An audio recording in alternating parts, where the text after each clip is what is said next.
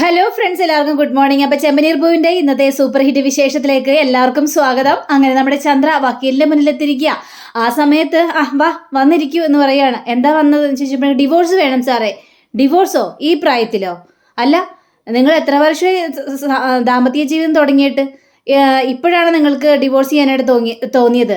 ഇനി ഭർത്താവിനോട് ഒന്ന് അഡ്ജസ്റ്റ് ചെയ്ത് പോന്നേ, എന്തിനിപ്പോൾ ഡിവോഴ്സ് ചെയ്യുന്നത് എന്നൊക്കെ ഈ വക്കീല് ചോദിക്കുകയാണ്. അയ്യോ സാറേ, എനിക്കല്ല സാറേ, എൻ്റെ മോന് വേണ്ടിയാണ്. അത് ശരി, മോന് വേണ്ടിയാണോ? അല്ല, എന്താ പ്രശ്നം? ഡിവോഴ്സ് വേണമെന്ന് പറയാനുള്ള കാരണം എന്താണ് ചോദിച്ചപ്പോഴേക്കും അതെ, അവൻ്റെ ഭാര്യ ശരിയല്ലെന്നേ, മഹാകള്ളിയാ, പെരുങ്കള്ളി. അല്ല, എന്ത് കള്ളത്തരാ അവൾ പറഞ്ഞത് എന്ന് ചോദിക്കുമ്പോൾ അതെ, ഞാൻ സാറോട് എല്ലാം തുറന്നു പറയാം. ദേ, ഇവളെ ഞാൻ തന്നെ കണ്ടെത്തി എൻ്റെ മോന് കല്യാണം കഴിച്ചു കൊടുത്തതാണ്. പക്ഷേ ഒരു ദിവസം ഇവനെ പറ്റിച്ച ഒരു പെണ്ണുണ്ട്, ഒരു നീലിമ ഒരു 50 ലക്ഷം രൂപയും കൊണ്ട് കടന്നു കളഞ്ഞു. അതെൻ്റെ ഭർത്താവിൻ്റെ പൈസ തന്നെ ആയിരുന്നേ. ആ പൈസ നീലിമയുടെ കയ്യിൽ നിന്നും ഇവനും ഇവളും കൂടി മേടിച്ചു. എന്നിട്ട് ഇവൾ എൻ്റെ മോനോട് പറഞ്ഞെന്താണെന്നറിയാവോ? നമുക്കൊരു ഷോറൂം ഇടാം, എന്നിട്ട് അച്ഛനോടും അമ്മയോടും പറയണ്ട, ഇതെവിടെന്നാന്ന് ചോദിച്ചു കഴിഞ്ഞാൽ എൻ്റെ അച്ഛൻ മലേഷ്യയിൽ നിന്ന് അയച്ചു തന്നതാണെന്ന് പറഞ്ഞാൽ മതിയെന്ന്. അതേപോലെ തന്നെ എൻ്റെ മകൻ എന്നോട് പറഞ്ഞു. ഞങ്ങളതെല്ലാം വിശ്വസിച്ചു. അവസാനം കള്ളത്തരം ഞാൻ തന്നെ കണ്ടുപിടിച്ചു സാറേ. കള്ളത്തരം കണ്ടുപിടിച്ച ഉടനെ തന്നെ അവളെ ഞാൻ അടിച്ചു പുറത്താക്കി. പിന്നീട് കാലും കൈയും ഒക്കെ പിടിച്ചു വന്ന് എന്നോട് ക്ഷമിക്കണം അമ്മയെന്നും പറഞ്ഞുകൊണ്ട് വീണ്ടും എൻ്റെ മുന്നിൽ വന്നു കഴിഞ്ഞപ്പോഴേക്കും പാവമല്ലേ, ഒരബദ്ധം പറ്റിയതാണെന്നൊക്കെ വിചാരിച്ചുകൊണ്ട് അകത്തേക്ക് കയറ്റി. അകത്തേക്ക് കയറ്റി. ഇപ്പം എന്താ സംഭവിച്ചതെന്നറിയാവോ? എന്താ? വീണ്ടും കള്ളത്തരം പറഞ്ഞു. അതേനേ, വീണ്ടും കള്ളത്തരം പറഞ്ഞു. ഈ പ്രാവശ്യം അവൾ പറഞ്ഞ കള്ളത്തരേ അതൊരിക്കലും ക്ഷമിക്കാനും പൊറുക്കാനും പറ്റാത്ത കാര്യമാണ് എൻ്റെ സാറേ. അതെന്താണെന്നറിയാവോ? അവളുടെ മലേഷ്യയിൽ താമസിക്കുന്ന ഇളയച്ചൻ ആണെന്നും പറഞ്ഞുകൊണ്ട് ഞങ്ങളുടെ വീട്ടിലേക്ക് കൊണ്ടുവന്ന ആരാണെന്നറിയാവോ? അത് ഇവിടെ എങ്ങാനും ഇറച്ചി വെട്ടിക്കൊണ്ടിരുന്നേച്ചാ ഒരു ബീരാനെ. ആ ബീരാനെയാണ് ഞങ്ങളുടെ വീട്ടിലേക്ക് കൊണ്ടുവന്നത്. എന്നിട്ട് അവളുടെ ഇളയച്ചനാണ് മലേഷ്യയിൽ വലിയ ബിസിനസ്സാണ്, അവളുടെ അച്ഛനും ബിസിനസ്സുകാരനാണ്, അവൾക്ക് പൂത്ത സ്വത്തുണ്ട് എന്നൊക്കെ പറഞ്ഞുകൊണ്ട് ഞങ്ങളെ പറ്റിച്ചു. അവസാനം ഈ ബീരാൻ തന്നെ വന്ന് സത്യങ്ങളെല്ലാം പറഞ്ഞു. ഈ ബീരാനെ കൊണ്ടുവന്നതേ എൻ്റെ ഇളയ മകനായ സച്ചിയും അവൻ്റെ ഭാര്യയായ രേവതിയും കൂടിയാണ് ഈ ബീരാനെ കൊണ്ടുവന്നത്. അതുകൊണ്ട് ഇവളുടെ കള്ളത്തരങ്ങൾ മുഴുവനും പൊളിഞ്ഞു. ഇത്രയും നാള് ഇവൾ ഞങ്ങളുടെ കുടുംബത്തോട് ചതി ചെയ്തുകൊണ്ടിരിക്കുകയായിരുന്നു. ഇവളുടെ അച്ഛനും ഇല്ല, അവൾക്ക് ആരുമില്ല. അവളുടെ അച്ഛൻ മലേഷ്യയിലുണ്ടെന്നൊക്കെ പറഞ്ഞെഴുത് പച്ചക്കള്ളുമായിരുന്നു സാറേ. ഇതൊക്കെ എങ്ങനെ ക്ഷമിക്കാനും പൊറുക്കാനൊക്കെ പറ്റും? ഇത്രയും നാളും ഞങ്ങളുടെ കുടുംബത്തോട് വഞ്ചന ചെയ്തുകൊണ്ടിരുന്നേച്ചല്ലേ അവള്. അപ്പോൾ അത് ക്ഷമിക്കാനും പൊറുക്കാനും പറ്റും എൻ്റെ സാറേ എന്നൊക്കെ ഇനി ചോദിക്കണം. അത് ശരിയാ. എന്നിട്ട് അവളെ വീണ്ടും അടിച്ച് പുറത്താക്കി. അത് ശരി, അപ്പോൾ അവളെ വീണ്ടും അടിച്ച് പുറത്താക്കി. അതെ സാറേ, ഇനി അവൾ എൻ്റെ വീട്ടിലേക്ക് കയറ്റുന്ന പ്രശ്നമില്ല. ഇനി ആ വീട്ടിലേക്ക് അവൾ കയറേം വേണ്ട. അതുകൊണ്ട് അവളും എൻ്റെ മകനുമായിട്ടുള്ള ഡിവോഴ്സ് നടക്കണം. അത് ശരി. അല്ല, ഞാനൊരു കാര്യം ചോദിക്കട്ടെ, നിങ്ങളുടെ മകന് ഇതറിഞ്ഞിട്ട് തന്നെയാണ് നിങ്ങൾ വന്നിരിക്കുന്നത്? അത് പിന്നെ സാറേ, അവനോട് പറഞ്ഞിട്ടില്ല, അവനറിയാതെ ഞാൻ വന്നത്. അത് ശരി, അവനറിയാതെ വന്നേന്നോ? അവനോട് ആദ്യം പറയണം. അതായത് നിങ്ങളുടെ മകന് ഭാര്യയെ ഡിവോഴ്സ് ചെയ്യാൻ സമ്മതമാണെന്ന് അറിയണ്ടേ? എന്നാലല്ലേ ഡിവോഴ്സ് നടത്താനായിട്ട് പറ്റുള്ളൂ. അതിനു മുമ്പ് തന്നെ നിങ്ങൾ വന്നു. എൻ്റെ മകന് ഞാൻ പറയുന്നതിലപ്പുറം പോകില്ല. അവനോട് ചോദിച്ചു കഴിഞ്ഞപ്പോഴേക്കും അവനൊരു അക്ഷരം പോലും മിണ്ടുന്നില്ല. അതുകൊണ്ടാണ് ഞാൻ ഇങ്ങോട്ട് വന്നത്. പക്ഷേ നിങ്ങളുടെ മകൻ സമ്മതിക്കണം. നിങ്ങളുടെ മകൻ സമ്മതിച്ചാൽ മാത്രമേ ഡിവോഴ്സ് നടക്കില്ല. അല്ലാണ്ട് നിങ്ങളല്ല മകന് വേണ്ടി ഡിവോഴ്സായിട്ട് വരേണ്ടത്. അങ്ങനെയൊക്കെ ഉണ്ടോ സാറേ? അങ്ങനെയൊക്കെ ഉണ്ട് എൻ്റെ പൊന്ന് പെങ്ങളെ. അതുകൊണ്ട് നിങ്ങൾ പോയി മകനെയും കൂട്ടിക്കൊണ്ട് വാ. ഡിവോഴ്സിന് സമ്മതമാണെന്ന് പറയിപ്പിക്കുക. ഞാനത് പറയിപ്പിച്ചോളാം. എൻ്റെ മകൻ ഞാൻ പറയുന്നതിൽ അപ്പുറം പോകില്ല. അതെനിക്ക് ഉറപ്പുള്ള കാര്യം തന്നെയാണ് സാറേ. ഇപ്പോൾ വക്കീൽ ഫീസ് വേണോ എന്ന് ചോദിച്ചപ്പോഴേക്ക് വേണ്ട, ഡിവോഴ്സ് നോട്ടീസ് അയച്ചതിന് ശേഷം മതി. എങ്കിൽ പിന്നെ ആയിക്കോട്ടെ എന്ന് പറഞ്ഞുകൊണ്ട് ചന്ദ്ര അവിടെ നിന്ന് ഇറങ്ങി പോവാണ്. അപ്പോൾ നമ്മുടെ സച്ചിയെയും രേവതിയെയും കാണിക്കുകയാണ്. അപ്പോൾ സച്ചി ആണെങ്കിൽ ഒന്ന് പ്രണയം കൂടാൻ വേണ്ടി ചെല്ലുകയാണ് രേവതിയുടെ അടുത്ത്. രേവതി കിച്ചണിൽ ജോലി ചെയ്യുന്നത്. സച്ചിയേട്ടാ, എന്താ സച്ചിയേട്ടാ കാണിക്കുന്നത്? അത് ശരി, ഞാൻ എൻ്റെ ഭാര്യയെ ഒന്ന് കെട്ടിപ്പിടിച്ചല്ലേ, അതിനിപ്പോൾ എന്തിനാ കാണിക്കുന്നതൊക്കെ ചോദിച്ചു കഴിഞ്ഞിട്ടുണ്ടെങ്കിൽ എൻ്റെ ഭാര്യ എന്തായിരിക്കും കെട്ടിപ്പിടിക്കാനുള്ള അനുവാദമില്ല. അതല്ല സച്ചിയേട്ടാ, ഞാനിപ്പോൾ അടുക്കളയിൽ ജോലി ചെയ്തുകൊണ്ടിരിക്കുകയല്ലേ, ഇവിടെ ആൾക്കാരൊക്കെ വരല്ലേ, ആ സമയത്ത് കണ്ടാലോ എന്താ കുഴപ്പം? ഞാൻ എൻ്റെ ഭാര്യയെ കെട്ടിപ്പിടിച്ചു, അല്ലാതെ വേറെ ഏതെങ്കിലും പെണ്ണിനെയാണോ കെട്ടിപ്പിടിച്ചത്? ഒന്നും മിണ്ടാതിരിക്കും സച്ചിയേട്ടാ. ഓരോ കാര്യങ്ങളും പറഞ്ഞുകൊണ്ട് വരുന്നു. സച്ചിയുടെ വിട്ടേ, എനിക്ക് ഒരു ജോലിയുണ്ട്. ഓ നശിപ്പിച്ചു, ഓരോ കാര്യങ്ങളും പറഞ്ഞുകൊണ്ട് എല്ലാം കോളമാക്കി. സച്ചിയേട്ടാ, എനിക്ക് സച്ചിയേട്ടനൊരു കാര്യം പറയാനുണ്ടേ. ദേവുവിൻ്റെ കാര്യമോ? ദേവുവിൻ്റെ കാര്യമോ? എന്താ പറയാനുള്ളത്? ആ അത് പിന്നെ പറ രേവതി, എന്താണ് ദേവുവിൻ്റെ കാര്യം പറയാനുള്ളത്? അതെ, ദേവേ നമ്മൾ വിചാരിച്ചതുപോലെ ഒരു പെൺകുട്ടിയല്ല. എന്താ കാരണം? അതെ, അവൾക്ക് ഒരു പ്രണയമുണ്ട്. പ്രണയോ? അവൾക്കോ? അവൾക്കൊരു പ്രണയമുണ്ട്. അത് ഞാൻ അവളോട് ചോദിക്കുകയും ചെയ്തു. അത് ശരി. ഞാൻ ആ ദേവുവിനെ ഇന്ന് കണ്ടായിരുന്നു വഴി വെച്ച്. ഞാനും കണ്ടായിരുന്നു സച്ചിയേട്ടാ. ഞാൻ എന്നിട്ട് അവളുടെ വീട്ടിലേക്ക് പോയി. അയ്യോ, അന്നാ പിന്നെ എന്നെയും കൂടി വിളിക്കാറില്ല, ഞാനും വരുമായിരുന്നില്ലേ?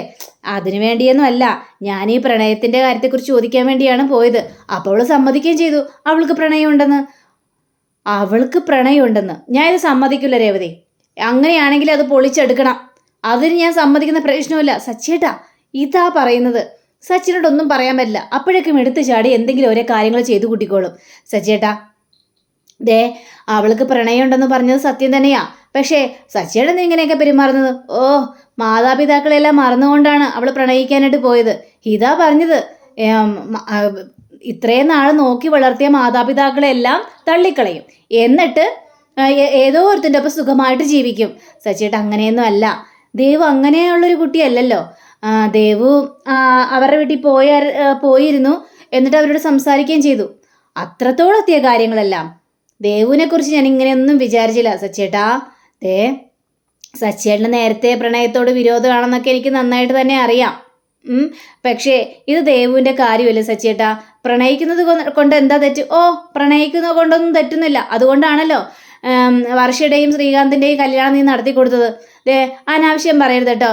ആ കല്യാണം ഞാനല്ല നടത്തി കൊടുത്തതെന്ന് ഞാൻ പല പ്രാവശ്യം പറഞ്ഞിട്ടുണ്ട്. പിന്നെ അതല്ല, എന്നാലും അവർക്ക് വേണ്ടി കൂട്ടുന്നത് നീ തന്നെയല്ലേ? ഞാൻ കൂട്ടുനിന്നു. പക്ഷേ ഇപ്പോൾ ആ മാളുവിൻ്റെയും അവൻ്റെയും കല്യാണത്തിന് കൂട്ടുന്നത് ആരാണ്? സച്ചിയേട്ടനല്ലേ? അവർ പ്രണയിക്കുകയല്ലേ ചെയ്തത്. അത് പിന്നെ ഞാൻ കൂട്ടുന്നെന്ന് പറഞ്ഞ സത്യം തന്നെയാ. അതേപോലെ തന്നെയാ കൂട്ടുനിന്നു. ശരിക്കും ഈ അവരുടെ പാരൻസിൻ്റെ അടുത്തേക്ക് ചെന്ന് കാര്യങ്ങളെല്ലാം സംസാരിച്ചു, അവരെ കൊണ്ട് സമ്മതിപ്പിച്ചു. എന്നിട്ട് ആർക്കും ഒരു ദോഷമില്ലാത്ത രീതിയിൽ ഈ കല്യാണം നടത്തി കൊടുത്തു. അങ്ങനെയല്ലേ സച്ചിയേട്ടൻ ചെയ്തത്? അത് തന്നെ. അതേപോലെ തന്നെയാണ് ദേവു സ്നേഹിക്കുന്ന ആ ചെറുക്കനില്ലേ, ആ ചെറുക്കൻ്റെ അമ്മയ്ക്കും ദേവുവിനെ ഭയങ്കര ഇഷ്ടം. ആ ദേവുവിനെ കൊണ്ട് തന്നെ കല്യാണം കഴിപ്പിക്കുള്ളെന്നാണ് പറഞ്ഞിരിക്കുന്നത്. അപ്പോൾ ആ ഒരു രീതിയിൽ മുന്നോട്ട് പോകുന്നതല്ലേ നല്ലത്. എന്നാലും ദേവു എങ്ങനെ ഈ ഒരു അബദ്ധത്തിൽ ചെന്ന് ചാടി? ഇല്ല സച്ചിയേട്ടാ, ദേവു അങ്ങനെ അബദ്ധത്തിൽ ചെന്ന് ചാടുന്ന കുട്ടിയൊന്നുമല്ല. അവൾക്ക് അത്രയും ബുദ്ധിയില്ലായ്മ അവൾ ചെയ്യുന്നില്ല. അവൾ നല്ലതായിട്ട് തന്നെ ആലോചിച്ചിട്ട് തന്നെയാണ് ഈ ഒരു തീരുമാനം എടുത്തിരിക്കുന്നത്. അപ്പോൾ അവളുടെ ഈ ഒരു തീരുമാനത്തിൽ നിന്ന് എനിക്ക് പിന്മാറ്റാനായിട്ട് സാധിക്കില്ല. എല്ലാവർക്കും അവരുടേതായ ഇഷ്ടമുണ്ടല്ലോ സച്ചിയേട്ടാ എന്ന് പറയുമ്പോൾ ഇത്രത്തോളമായി, ഇനിയൊന്നും പറയാനായിട്ട് പറ്റില്ലല്ലോ. എല്ലാം സഹിക്കുക, ക്ഷമിക്കുക, അത്രയും മാത്രമേ ഉള്ളൂ. പക്ഷെ ഒരു കാര്യമുണ്ട്, ദേവുവിൻ്റെ കല്യാണം ഞാൻ നടത്തി കൊടുക്കും. എല്ലാത്തിനും മുന്നിൽ നിന്നായിരിക്കും ഞാൻ നടത്തി കൊടുക്കാനായിട്ട് പോകുന്നത്. ഏട്ടൻ്റെ സ്ഥാനത്തു നിന്നല്ല, അവളുടെ അച്ഛൻ്റെ സ്ഥാനത്തു നിന്നായിരിക്കും ഞാൻ അവളുടെ കല്യാണം നടത്തി കൊടുക്കാനായിട്ട് പോകുന്നത്. അപ്പോൾ സച്ചിയുടെ നാവിൽ നിന്നും അങ്ങനെ ഒരു വർത്തമാനം കേട്ട് കഴിഞ്ഞപ്പോഴേക്കും രേവതിക്ക് ഭയങ്കര ഒരു സങ്കടം തോന്നിക്കണം. സച്ചിയേട്ടാ എന്ന് പറഞ്ഞിട്ട് കരയണം. അയ്യേ രേവതി, നീ കരയാണോ? അങ്ങനെ സച്ചിയെ കെട്ടിപ്പിടിക്കുകയാണ്. എന്താ രേവതി ഇത്? സച്ചിയേട്ടാ, എൻ്റെ അച്ഛൻ മരിച്ചു കഴിഞ്ഞപ്പോഴേക്കുവേ ഞങ്ങൾ അനാഥയായി പോയെന്നുള്ളൊരു തോന്നൽ എൻ്റെ മനസ്സിലുണ്ടായിരുന്നു. പക്ഷേ ഇപ്പം ആ ഒരു തോന്നലില്ല. സച്ചിയേട്ടൻ ഞങ്ങൾക്ക് എല്ലാമാണ്, ഞങ്ങളുടെ കുടുംബത്തിനെല്ലാം. സച്ചിയേട്ടൻ ഞങ്ങളുടെ ഒരു ധൈര്യം തന്നെയാണ് എന്ന് സച്ചിയെക്കുറിച്ച് കാര്യങ്ങളെല്ലാം പറയുമ്പോൾ സച്ചിക്കും അത് വല്ലാത്തൊരു സന്തോഷം തോന്നുകയാണ്. പിന്നീട് കാണിക്കുന്നത് നമ്മുടെ ഭാമ നല്ല ഉറക്കത്തിലാണ്. അപ്പോൾ ശ്രുതി കെട്ടിത്തൂങ്ങി ചാകുന്ന സ്വപ്നമാണ് കാണുന്നത്. അപ്പോൾ അത് കണ്ടു കഴിഞ്ഞാൽ ഭാമ ചാടി ചാടിയിട്ട് എൻ്റെ ദൈവമേ, ഞാൻ എന്ത് സ്വപ്നം കണ്ടത്? ശ്രുതി കെട്ടിത്തൂങ്ങി ചാവുന്ന സീനല്ല ഞാൻ കണ്ടത്. അവൾ പറഞ്ഞതുപോലെ ചെയ്യും. ചന്ദ്രയാണെങ്കിൽ എന്നോട് ഈ കാര്യങ്ങളൊന്നും പറയുകയും ചെയ്തല്ലോ. ചന്ദ്ര എന്ത് പറഞ്ഞാലും അവളോട് പറയണമെന്നല്ല പറഞ്ഞിരിക്കുന്നത്. അല്ലെങ്കിൽ അവൾ എൻ്റെ വീട്ടിൽ വന്ന് എന്നെ കെട്ടിത്തൂങ്ങി ചാകും. ചന്ദ്രയെ എനിക്ക് വഞ്ചിക്കാനും തോന്നുന്നില്ല. ശ്രുതിയോട് പറയാതിരുന്നു കഴിഞ്ഞാൽ ശ്രുതി എനിക്കിട്ട് തന്നെ പണി തരുമല്ലോ.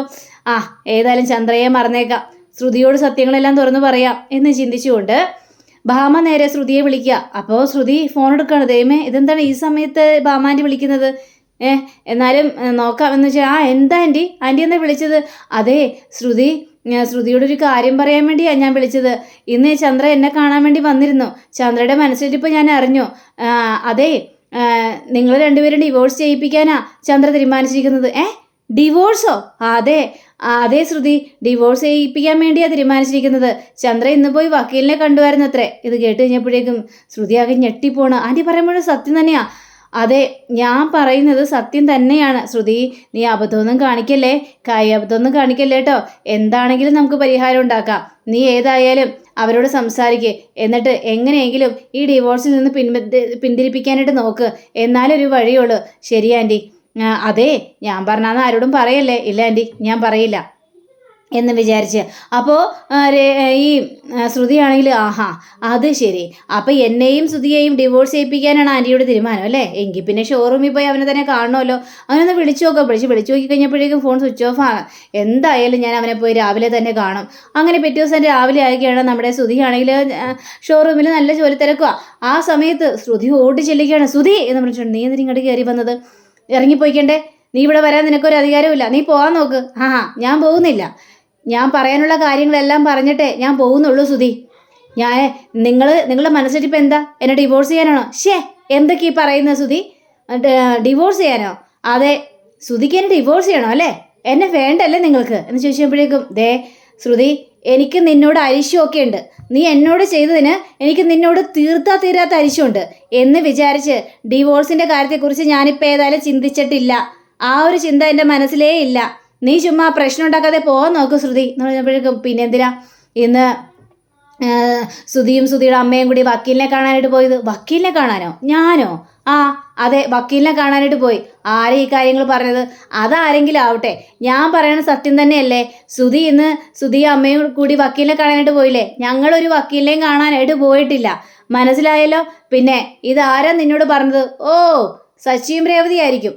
നമ്മൾ രണ്ടുപേരെയും കൂടി തല്ലി തെറ്റിപ്പിക്കാൻ വേണ്ടി, നമ്മൾ രണ്ടുപേരെയും പിരിക്കാൻ വേണ്ടി അവൾ പറഞ്ഞ കാര്യങ്ങളായിരിക്കും ഇത്. എന്നോട് സച്ചിയും രേവതിയൊന്നും അല്ല പറഞ്ഞത്.